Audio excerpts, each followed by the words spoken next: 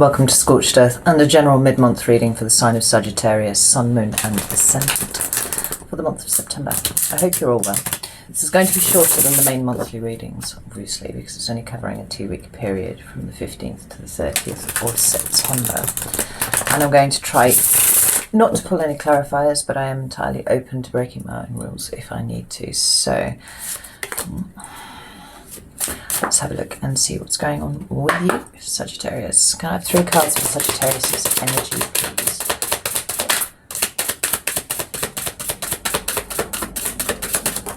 There's the first one. We've got the 5 of Cups there. Interesting.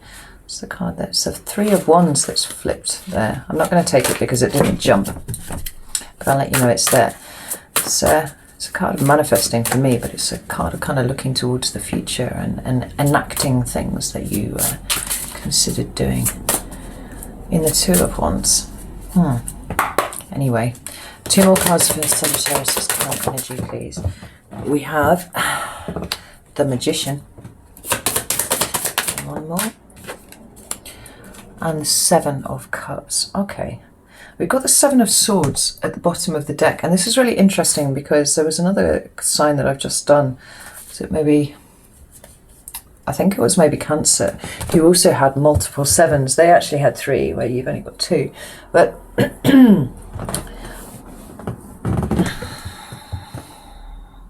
sevens for me are very spiritual numbers, right? And I place a lot of store in numbers, so I'm going to run through this with you. If the 4 is the foundation, say, and then the 5 is when that gets blown up and you know, blown apart. 6 is you moving to a safe distance away from that. The 7 is the point at which you have reached that safe distance, and you can kind of turn around and look at something and work out what you have learned from that situation, or you know, you're integrating the experience and the wisdom that's come from it in order to turn your face to the future and move forwards. Now, 7 of Swords at the bottom of the deck can indicate either well, it can indicate deceptive behavior or treachery from someone, and that can include self-deceit, or it can talk about taking a risk. Now, the 4 of Cups is directly underneath that, and that speaks of rejection or being taken for granted or something like that. We're going to come back to the shadow cards because I think it will be clearer once we've had a look at these ones, right? So we've got this 5 of Cups here. We've got the Magician, and we've got the 7 of Cups.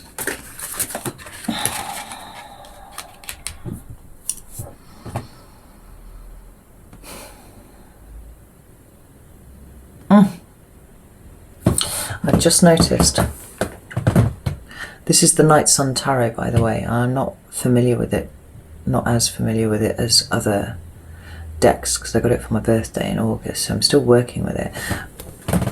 There's a 777 at the bottom there. Can you see it? Just above my finger. Just, it's written 777. This is important. So,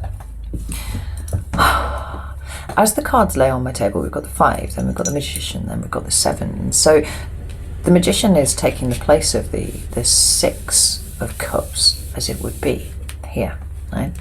The 5 talks about an energy of loss, right? Sometimes it can be full-on grief, and other times it can talk about, you know, being so consumed with the loss of something that you actually failed to notice that you've got other things around you. But the interesting thing here is with this one, all the cups are upright, right? Whatever was in the cups is spilled, undoubtedly. We see it dripping down the wall there, and the 3 cups on the top. But the cups are upright again, and I feel like you've put the cups upright, and you have 2 cups in your hand. So it doesn't feel to me exactly like you are full of a sense of loss, not consumed by it. In fact, you've taken it, you grabbed it by the hands, and you're like, okay, I have lost things in the past, but if I am to have more, then I'm going to put these cups back up right here, and I've got these 2 in my hand. I could maybe go and fill these up. He certainly seems to be looking at something maybe he's seen where he can refill these cups. It feels like a much more hopeful card for me than I would usually associate with the Five of Cups.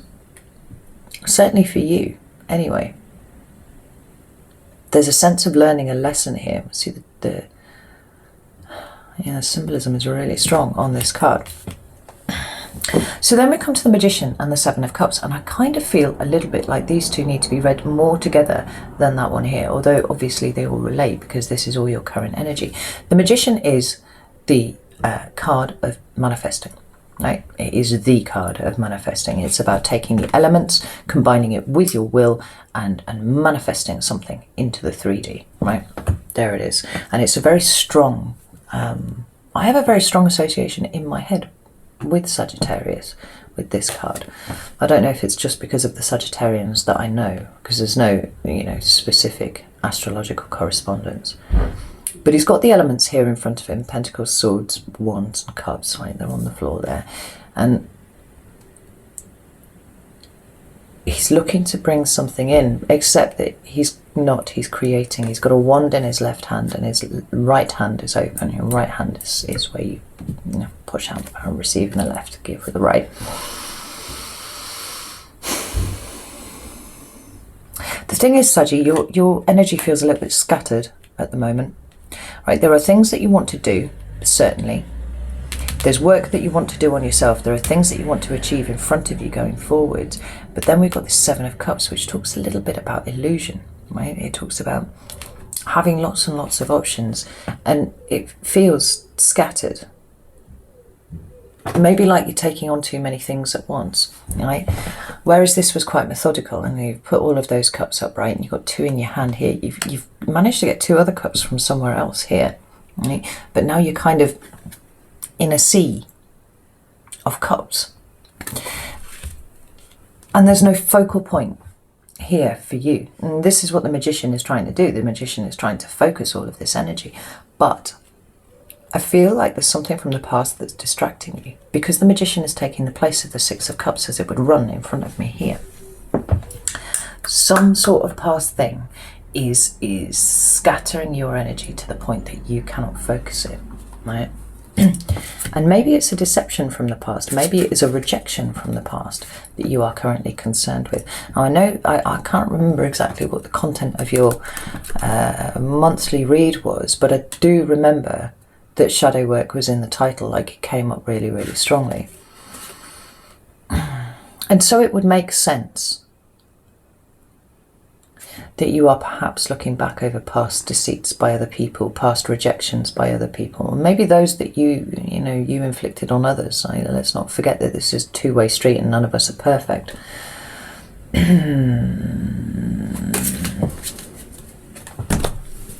But it's supposed to make you stronger.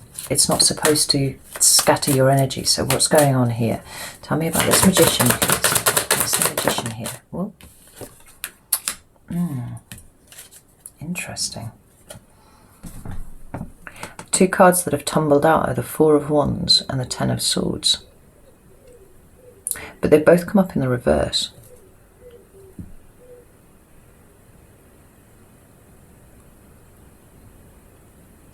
Are you still too attached to this situation, Sagittarius? I think that possibly might be it, because we've got this Cups energy. There's a lot of emotion going on here.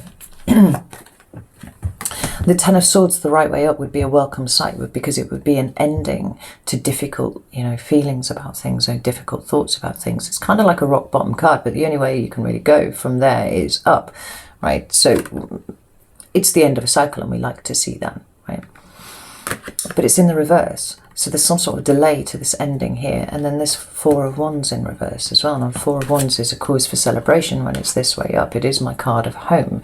It's a card of all those, people that you would choose to have around you if you had something to celebrate. It is my card of where you would be if you had something to celebrate. And the symmetry of these two cards is not lost on me here. I don't feel like this is knocking you out of balance, but it is distracting you. It is splitting your attention a little bit. It feels like you haven't fully accepted the ending of something, or somebody's treatment of you. This is still something that needs a bit of working through, right? And maybe this is why the shadow work is necessary at this point. Let's have a look and see what's coming towards you for the rest of September. Hello. What do we have here? We have the Four of Wands again, in the reverse again. Intriguing.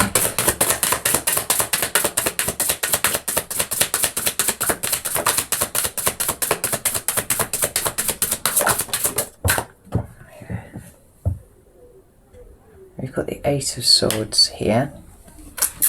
The Strength card has fallen out and is at the side. I'm going to leave it there because it didn't actually jump. It fell out to the side, and I don't usually take those, but it does kind of feel like it's relevant for you here. One more thoughts coming towards Sagittarius, please. We have the Nine of Wands. Right. Okay. Six of Pentacles at the bottom of the deck. Right. Achieving equilibrium, certainly, but maybe sort of spending a bit of time in reflection to see where past situations were not quite as equal as they could be, whether that was your issue or whether that was somebody else's and you just put up with it, you know, like. But what is coming towards you is the ability to make sure that you are holding everything in balance, and when you are holding everything in balance, then you can kind of focus it better.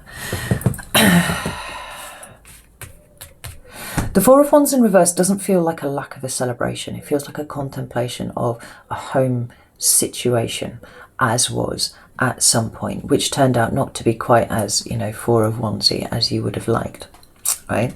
That continues in this vein. It's also a card of Aries, and Mars is in retrograde at the moment. That's something worth noting about. You know, it's a foundational card.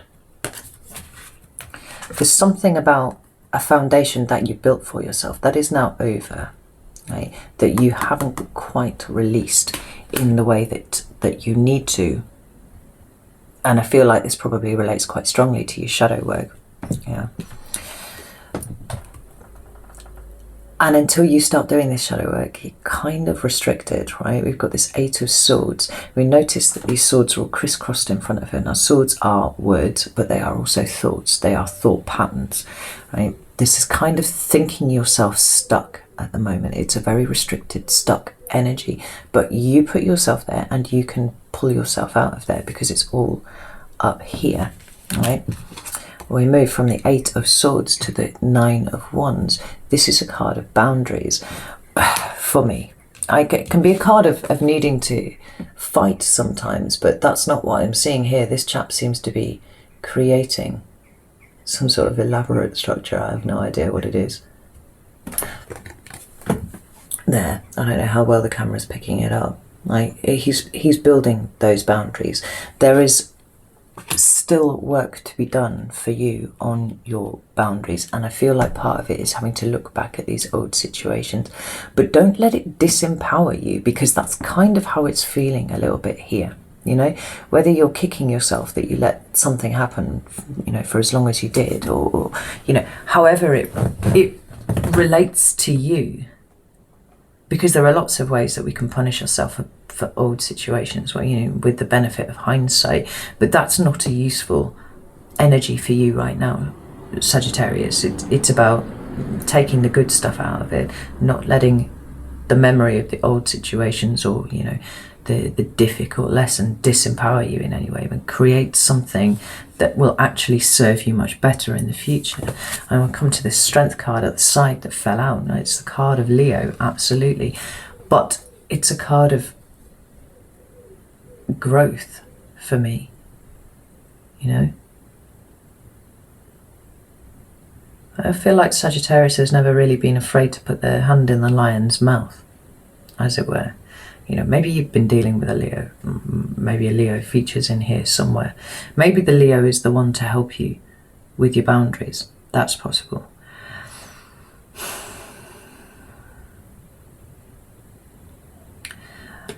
But Strength speaks about empowerment and growth. And this is something that you need.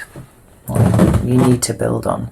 I was watching an astrology special by an astrologer that I watch on YouTube, specifically about the Mars retrograde, and she said this season, like the Mars retrograde specifically, was about getting really clear about who you were. Like really, really clear about who you were, and strapping yourself to your identity, because over the next couple of months this is going to be really, really important as shit disintegrates around us, and it looks largely that will happen. It is really important at this point that you know who you are, so that you can hold on to you when everything around you is in flux, right?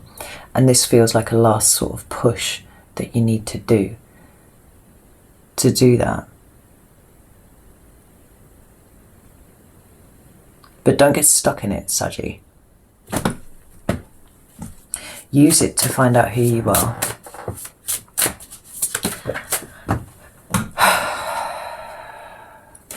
So that you can ground yourself moving forwards, right? Let's get you some advice.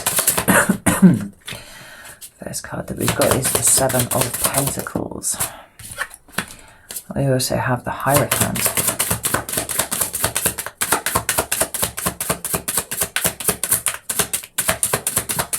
One more card for Sagittarius, please. There we go. Thank you. Page of Swords. Right.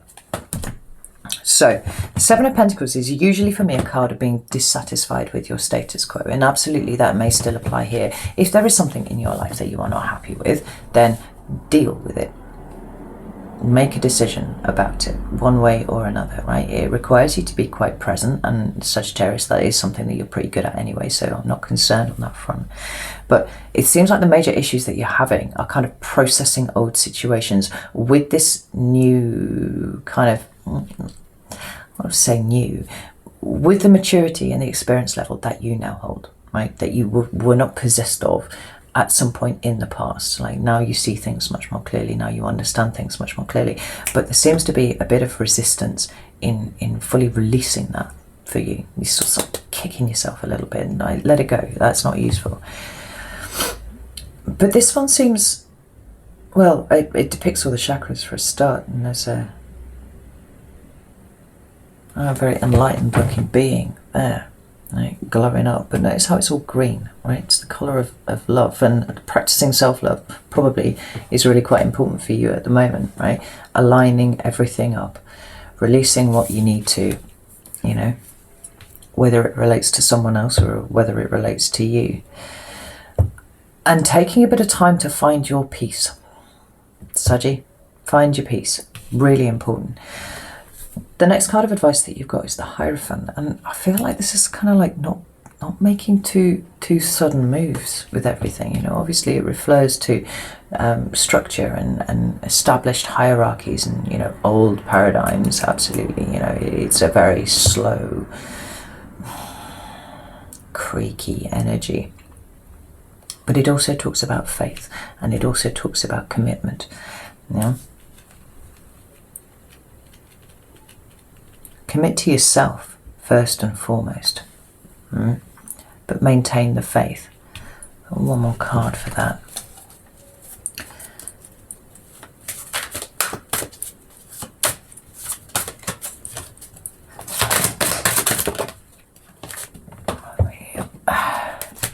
Ace of Wands. Yeah. I think things, like I said, going to get a bit hot over the next couple of months. Having something that you can hold on to is really, really important. Your identity is part of that as a fire sign. You know, that's really important. But you're going to break through the other side soon. You know, not just with this, but generally speaking. And there will be new waiting on the other side, new growth, you know, like setting fire to the moors so that the you know, the old stuff can be burnt away, and the new stuff can grow, right? This is kind of what's going on here at the moment. This is why you have to strap yourself into your identity. This is why you have to know exactly who you are and what you stand for, principally.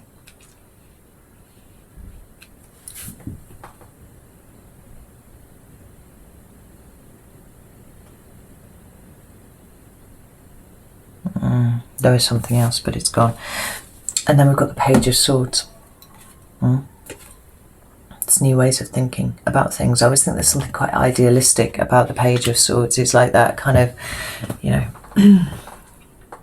it's the discovery of new ideas. It's new ways of processing the world, because ultimately the swords relates to what goes on up here. And up here we've got, you know, a 3D processing machine. It feels like there's an expansion in your ways of seeing things, and it's slightly detached because we were talking about sword energy, but it's like there are new ideas that you're going to be exposed to, and they're really important for you, right?